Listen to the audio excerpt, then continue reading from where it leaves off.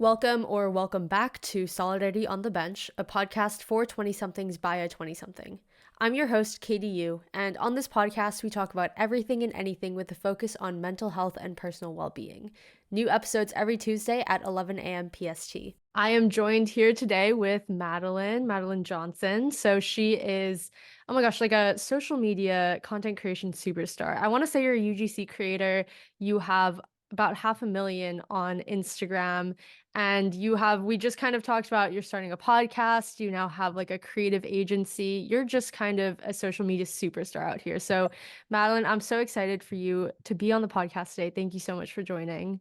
So, yeah, for the people who don't know you, could you give me a brief overview of who you are and what you do in the online space? Absolutely. My name is Madeline, and I have always been a very creative person. I used to sell those like little squishies at my school.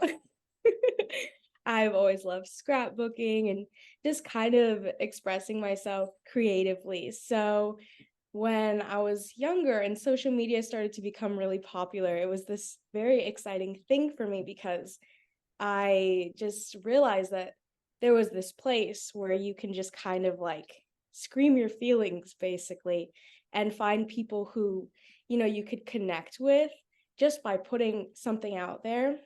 And I've always kind of struggled with, putting things out there to people because I've always been shy. So I think social media for me has just always been like this place where I can express myself and just kind of talk about the things that make me happy while also hoping to inspire people to do the things that make them happy.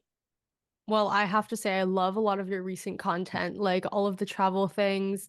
I remember when we met, you had just come back from like Iceland and you were posting a lot of that stuff. So that has been really cool for me to kind of see. And also, you romanticizing California. I'm like, oh, I had just moved out and I was like, oh my God, I do miss it. You went up to Mammoth. And so your content has really been like resonating with me recently as well. So it's been really cool.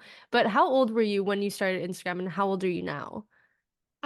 I started Instagram when I was 15 years old. So I was in middle school, and I don't want to say I was a completely different person, but I've definitely changed. And so my platform has changed a lot with me. And it's been crazy, starting as a young girl and just seeing myself kind of shift my voice as well as my message out there. Feel like I now know you a lot better as well. Before we jump in, I have a question that I always ask my guests, which is when was the last time you asked for help? No, I've been thinking about this one, and unfortunately, I must say that I've been thinking about it too long. And you would think that I would be able to think about the last time I asked for help. Um, but I don't remember. I I mean, think, that's a fair answer. yeah, I think that I'm trying to build that support group of people that I feel comfortable with right now. And so a lot of my emotions have definitely been more inwards recently, but I feel like I really need to, work on that. Yeah, well, thank you for sharing. I appreciate it. So switching a little bit back to some social media stuff, the topic of today's episode is kind of being young on the internet, content creation, and having that balance as well with just, balancing life and being I was gonna say a teenager, and then I was like, I'm, 4 years out of my teenage years. So, I know you're a young content creator, so am I guess. I'm 23. And so could you give me some insight into kind of building a community on the internet, especially at such a young age? Yeah. So I think there's, definitely a lot that goes into it. I, again, started when I was 15, and now I'm 22, and that is young. So I think when, you're starting out, there's always this idea of like, oh, our brand's going to want to work with me since I'm young. How am I going to, put out a message if there's people that are older than me and they're going to look at this and be like, well, that's a silly problem, you're 15, get over it. Like there's so many different problems and so many different, I guess, stages of life for content creators that and humans that we all go through. And when you're creating content, I guess it really just has to flow with the stage of life that you're in. I think a big thing for me has always been like, oh, I don't want to put my age online. It just feels weird. You never want people to, judge you for that. As a 15-year-old, I was doing these brand deals and signing these contracts, and I had no idea what I was doing. That's so crazy. Yeah. So I definitely think that, like, it's important to just start where you are. It doesn't matter like the age you are when you start, as long as you're sharing the authentic part of your journey where you are at the moment. Something that I wrote down in terms of the community that you're building and the kind of shift that I've been seeing with social media influencers is this aspect of authenticity. And so kind of what I touched on with the type of content you post, it definitely feels everything is like infused with your personality and infused like with your specific creative spark in it. And I think that maybe what resonates for, I don't know if this resonates like with your community, but definitely with mine is this like understanding that we're kind of a different type of influencer than the ones we grew up with. Like we're not afraid to kind of talk a little bit more about our mental health. We're not afraid to talk about our struggles and kind of humanize ourselves as people and not just kind of as aspirational content creators. And I think that you do a really good balance of, the aspirational content, the travel content, when also you humanize yourself. And I think that is something to be commended. Yeah, can you talk a little bit more about like that type of content and like your thoughts on all of that? Absolutely. And thank you. That it really means a lot to me. I feel like I try, really hard to show up as authentic as I can on my platforms. But I feel like for me, when I first started social media, again, 15, social media was such a different place. And it was mostly, at least from what I remember, the things that really stuck with me were like girls posing next to fancy cars, these amazing travel destinations, and just kind of like, a Pinterest board. And I think as social media has aged, we have also grown up with it. At least I have, and I've realized that life is not that like Pinterest board that we want it to be all the time, and social media is really a highlight reel. So I think I always have wanted to, accomplish my dreams and travel and be able to kind of create that, let's say, Pinterest board lifestyle. However, there's also been a lot of things in my personal life that it just feels unfair not to share if I'm also being like, here's my life, here's all my travels, and here are my cute dogs. Your I dogs are think. so cute. Thank you.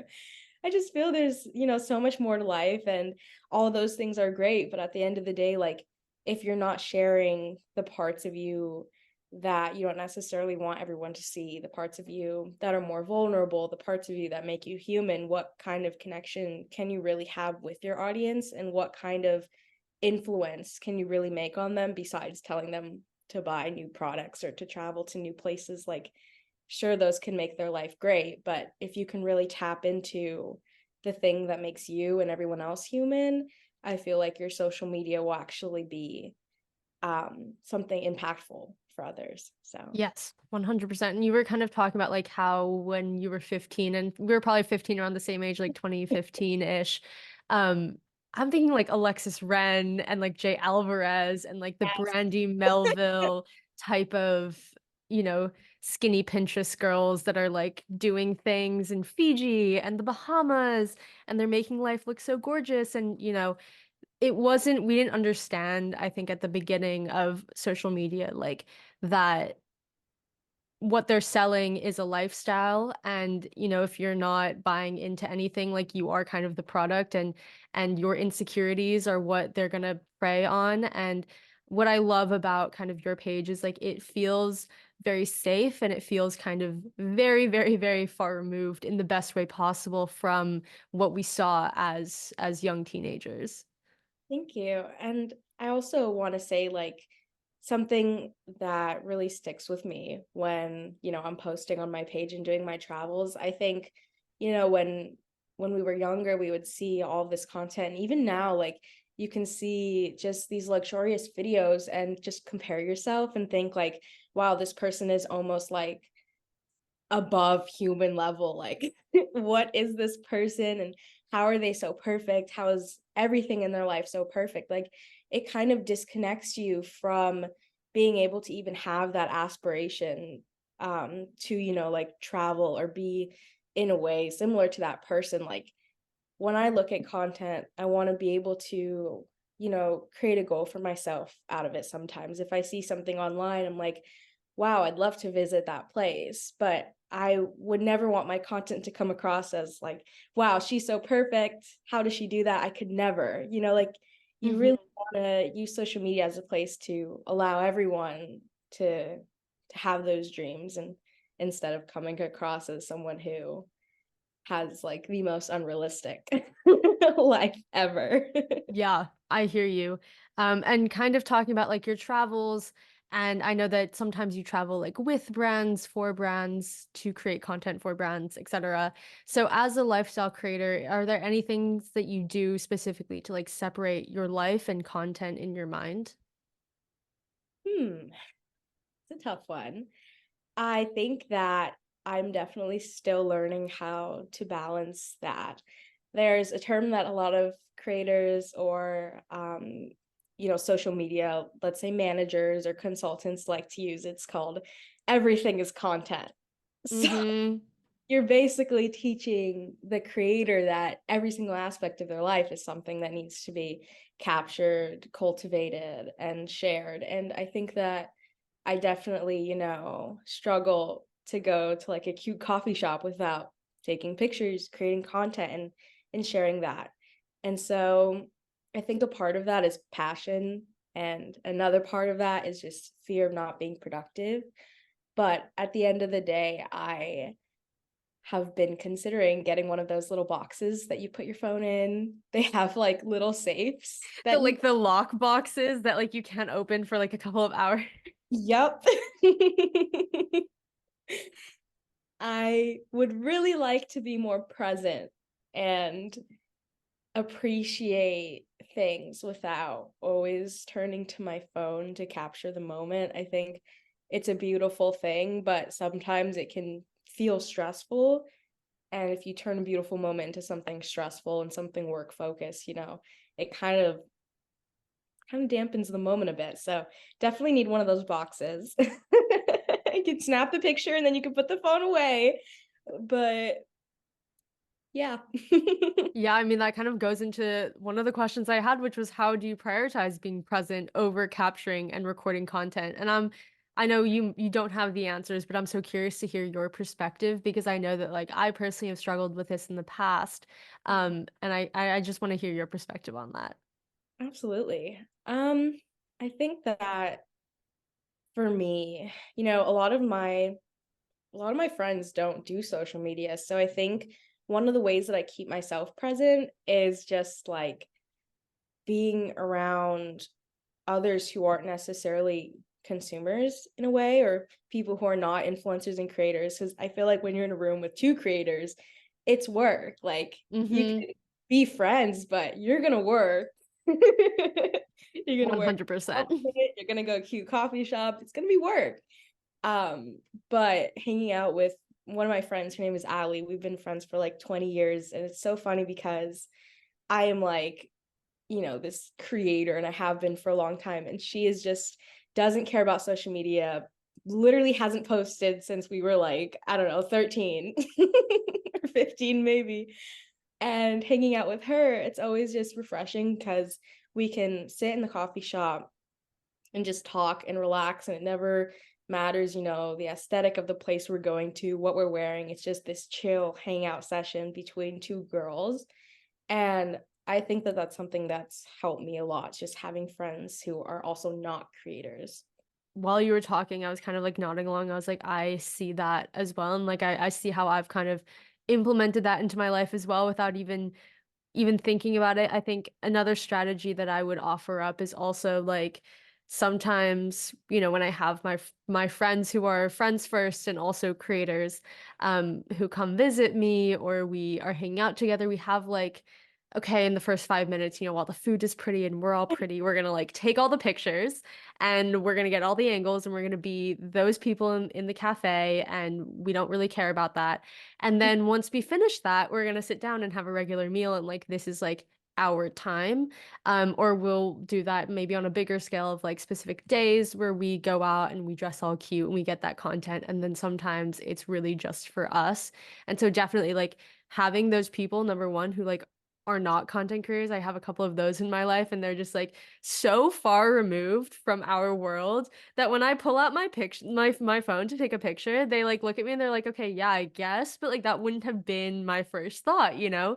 And then they always want the pictures airdropped to them afterwards. So, still doing work for everyone else. But yeah, definitely like surrounding yourself with people who that isn't their full-time job. And then also having those like differentiation moments and being very intentional with that of being like, this is a content moment, this is not a content moment. Like this is just for us.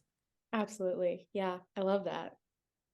So I love all of your content. I kind of touched on the things I love. I saw there was a like you have like these vlogs where you're making soup and you're talking about the holidays. Like those have been my favorite recently. I think you've only posted a couple of those. But I no, I love it. I love watching talking content. I truly do. And I think it infuses a lot of personality into people. Whereas like normally I feel like Instagram is very focused on aesthetic, but like talking content is very it's giving TikTok, it's giving like, another medium where I feel like I can connect with you. And so I love that. And one of the questions that I wanted to ask was like who or what inspires your content, especially since you kind of have a lot of different pillars of content and like things that you focus on.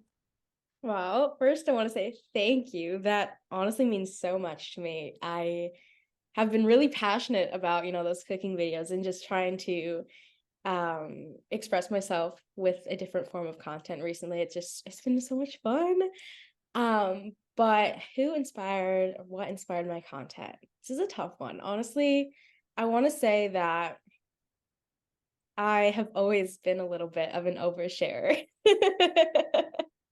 I love to overshare. I love to talk about my problems. I love to talk about my, recent healing journey, just all sorts of things. I've always overshared with friends, even with my teachers growing up. So, That's what English teachers are there for, right? To be right? be the recipients of like junior year high school oversharing. Yep, absolutely. I think for me, it's not necessarily like who inspired, but what inspired. And I've always just had this like part of me that has wanted to share and wanted to connect. And I think that I definitely struggle to do that a lot in my personal life. I've had like very few people that I can connect with on that deep level. So it's kind of like, where do I put these thoughts that I'm having?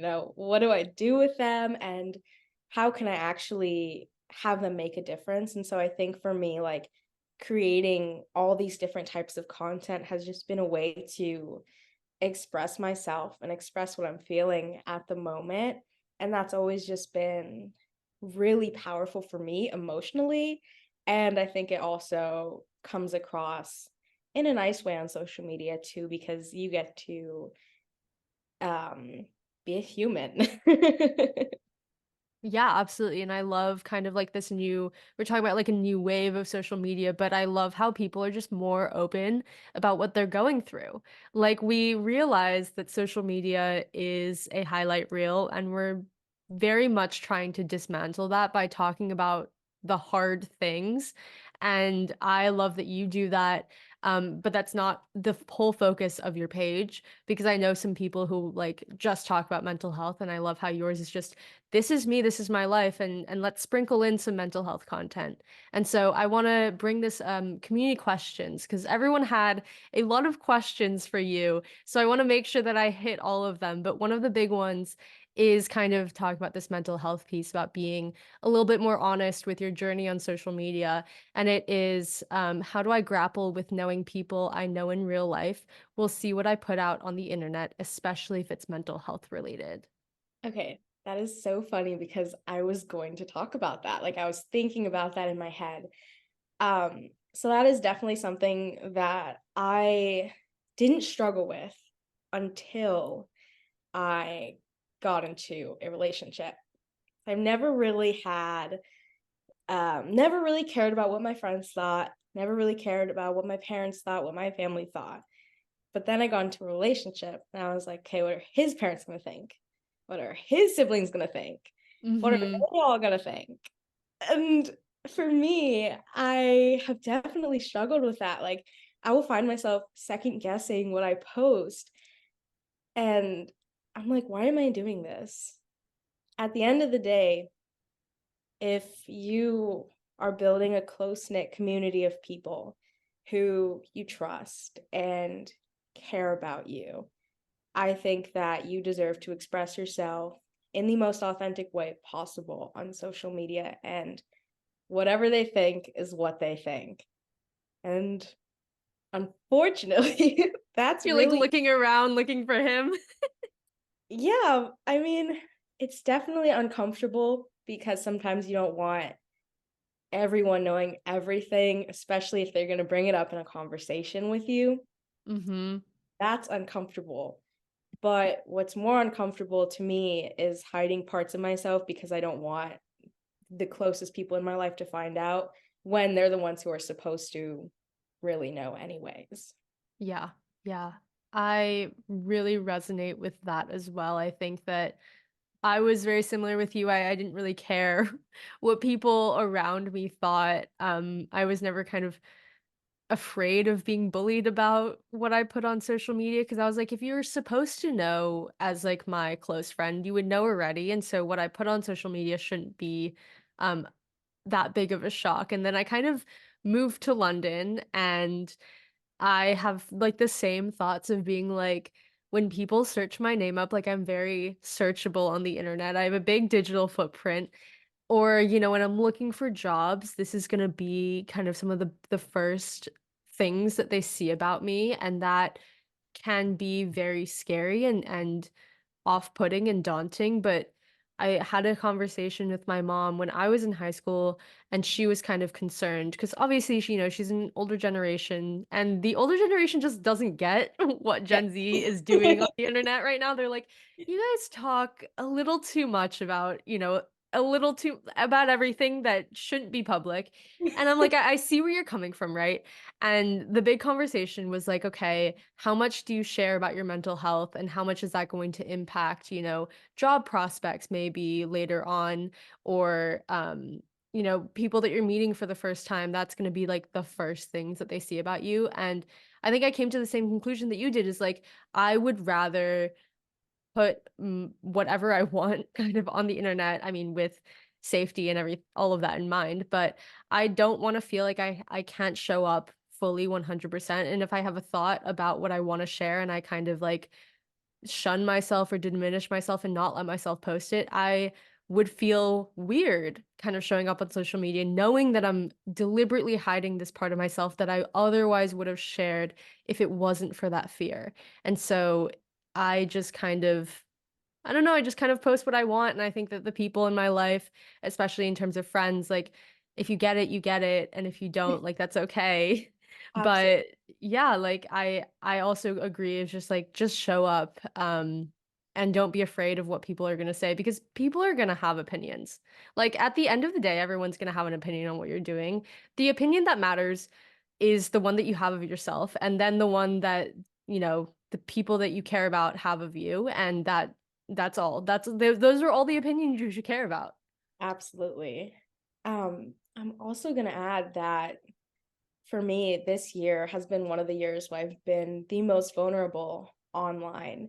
And so in the past, one of my friends, like boyfriends, she told me like, "Oh yeah, he met you and he was like, that's crazy that she's an influencer because I didn't expect her to be like that." And then he was like, "Wow, she's so nice for an influencer." I was like, "Okay, that's weird. Like, you stalked my page and that's what you found and you expected me to be mean. That's okay. Thanks for the quote unquote compliment. Mm-hmm. So I used to get a lot of comments like that. And then this year, when I started to share a lot more about myself, most of the people that I've, bumped into and became connected with via like work, because I also do social media management, a lot of those people will come up to me um like the third or the second time that we work together, and they're like, wow, your social media is really going to help a lot of girls, or wow, I love what you're doing, I love your content. Like, I think there's always this like idea that influencers are supposed to be these like stuck up people and just like so mean and so snotty, but I think if you allow yourself to be vulnerable despite what those around you might think, you're gonna make people that don't know you yet feel closer to you in a way that may be impactful for the both of you. So, Yeah, 100%. Like vulnerability.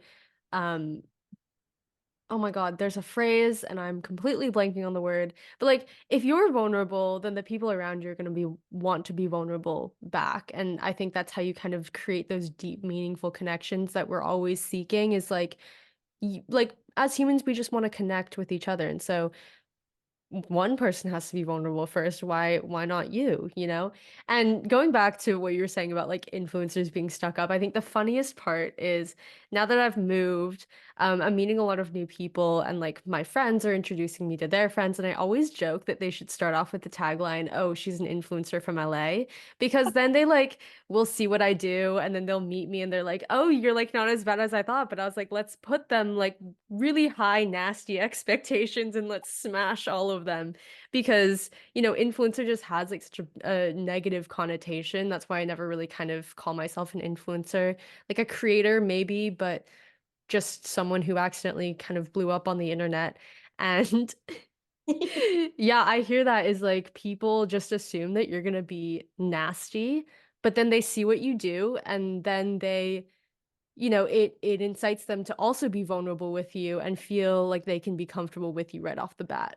exactly. And like, I've never liked small talk anyway. So you can go ahead and stalk my social media, find out everything about me, and then we can talk about No, it. exactly. Exactly.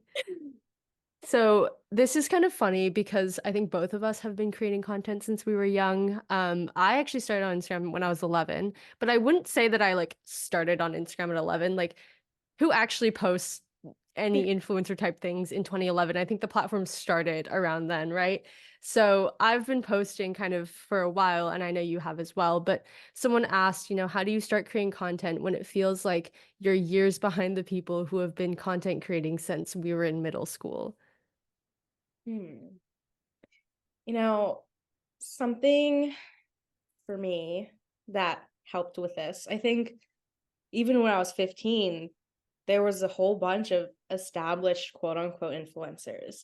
And I think that the industry is always shifting and always changing. And you might feel like you're behind, but this is one of the newest industries out there. And it is also one of the biggest industries out there. Like, social media marketing is the number one form of marketing.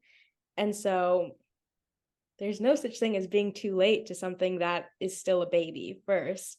And secondly, I think that creating is never about, following, let's say, following a crowd. Like, you can be a little bit behind and still catch up, or you can be a little bit behind and still deserve to tell your story. Like, there's no specific time anyone is supposed to start. And I think that if you just start now, you won't regret it 5 years from now when you say like, oh wow, influencer marketing has really shifted a lot since then. I guess I wasn't late then. I guess that would have been the perfect time to start. There's just always there's always the now. One of the other questions